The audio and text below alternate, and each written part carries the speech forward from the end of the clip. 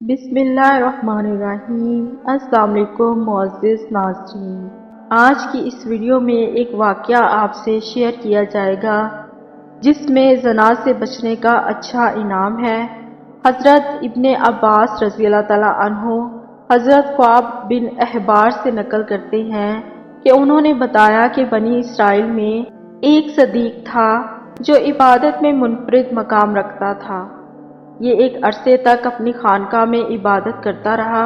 اس کے پاس روزانہ صبح و شام بادشاہ وقت حاضری دیتا تھا۔ اس سے پوچھا کرتا تھا کہ اگر کوئی ضرورت ہو تو بتاؤ، تو وہ جواب دیتا، اللہ میری ضرورتوں کو خوب جانتا ہے۔ اللہ تعالیٰ نے اس عابد کی خانقاہ پر انگور کی ایک بیل اگا دی جو ہر روز ایک انگور اٹھاتی، یعنی ایک دانہ انگور لگتا تھا۔ جب عابد کو پیاس لگتی تو وہ اپنا ہاتھ آگے بڑھا دیتا تو پانی ابل پڑتا تھا اور یہ اس پانی کو پی کر پیاس بجھا لیتا تھا۔ اسی طرح ایک طویل عرصہ گزر گیا۔ ایک مرتبہ اس عابد کے پاس مغرب کے وقت ایک عورت گزری جو کہ نہایت ہی حسین و جمیل تھی۔ اس عورت نے پکار کر کہا کہ اے اللہ کے بندے، تو اس بزرگ عابد نے کہا لبیک۔ یہ سن کر وہ عورت کہنے لگی، کیا تمہیں تمہارا رب دیکھ رہا ہے؟ اس نے فرمایا کہ وہ اللہ ایک ہے، قہار ہے، حی القیوم ہے، دلوں کے اسرار سے واقف ہے، اور جو قبروں میں ہے ان کا اٹھانے والا ہے۔ عورت یہ سن کر کہنے لگی، مجھ سے میرا شوہر دور ہے، اس لیے مجھے ایک رات کے لیے اپنے پاس ٹھکانہ دے دو۔ بزرگ نے یہ سن کر اس عورت سے کہا کہ اوپر آ جاؤ۔ بس وہ عورت اوپر چڑھ گئی اور اس بزرگ کی خانقاہ میں پہنچ گئی۔ وہاں پہنچنے کے ساتھ ہی عورت اپنے جسم سے کپڑے اتار کر پھینکنے لگی اور ننگی کھڑی ہو گئی اور اس عابد کے سامنے اپنا ننگا بدن ظاہر کر دیا۔ یہ منظر دیکھ کر اس بزرگ نے اپنی آنکھیں بند کر لی اور فرمایا، تو تباہ ہو جائے، اپنے آپ کو ڈھانپ لے۔ یہ سن کر اس عورت نے جواب دیا، تیرا کیا جاتا ہے اگر تو آج رات مجھ سے فائدہ اٹھا لے۔ تو بزرگ نے سن کر اپنے نفس سے مخاطب ہو کر کہا، اے نفس، تو کیا کہتا ہے؟ نفس کہنے لگا، اللہ کی قسم، میں تو فائدہ اٹھاؤں گا۔ یہ سن کر بزرگ نفس سے مخاطب ہو کر کہنے لگا کہ تو تباہ ہو جائے، کیا تو گندھک کے دوزخ کے کپڑے مانگتا ہے، آگ کے پاٹ مانگتا ہے، میرے عرصے کی عبادت ضائع کرنا چاہتا ہے؟ پھر کہنے لگا، ہر زانی کی بخشش نہیں اور اس کا عذاب مٹنے کو نہیں۔ میں ڈرتا ہوں کہ اللہ تعالیٰ تجھ پر ایسا ناراض ہو کہ پھر کبھی راضی نہ ہو۔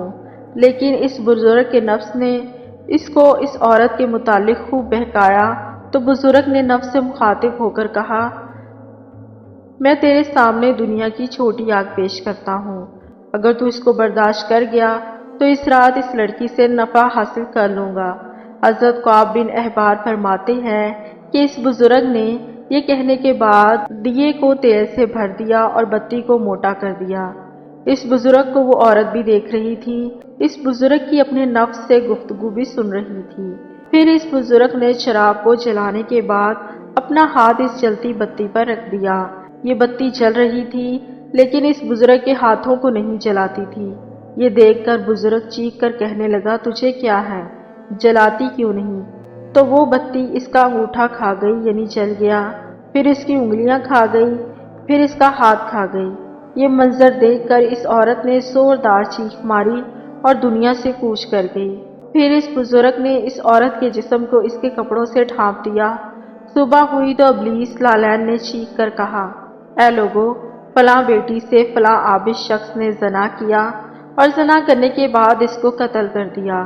چنانچہ جب یہ خبر بادشاہ تک پہنچی تو بادشاہ اپنے لشکر اور رعایا کے ساتھ سوار ہوا اور عبادت خانے تک پہنچ گیا جہاں وہ راہب عبادت کیا کرتا تھا۔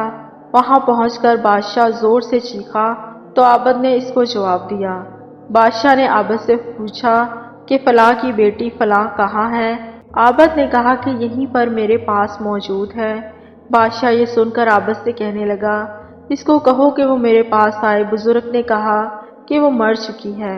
یہ سن کر بادشاہ کہنے لگا، چونکہ وہ زنا کے لیے رضامند نہیں ہوئی، حتیٰ کہ تو نے ایک جان کو قتل کر دیا جس کو اللہ تعالیٰ نے حرام قرار دیا ہے، پھر بادشاہ نے غضبناک ہو کر اس عبادت خانے کو گرا دیا اور عابد کی گردن میں زنجیر ڈالی اور اسے گھسیٹنے لگا اور عورت کی لاش کو وہاں سے اٹھا دیا اور اس عبادت خانے کو گرا دیا۔ اس وقت کے لوگوں کا دستور تھا کہ زانی کو آرے کے ساتھ چیر دیا کرتے تھے۔ عابد کا ہاتھ جو رات کے واقعے میں جل گیا تھا، اسے عابد نے ہاتھ کی آستین میں چھپایا ہوا تھا اور وہ عابد واقعے کی حقیقت کسی کو نہیں بتا رہا تھا۔ چنانچہ آرے کو عابد کے سر پر رکھا اور جلادوں کو حکم دیا کہ وہ آرا چلا دیں۔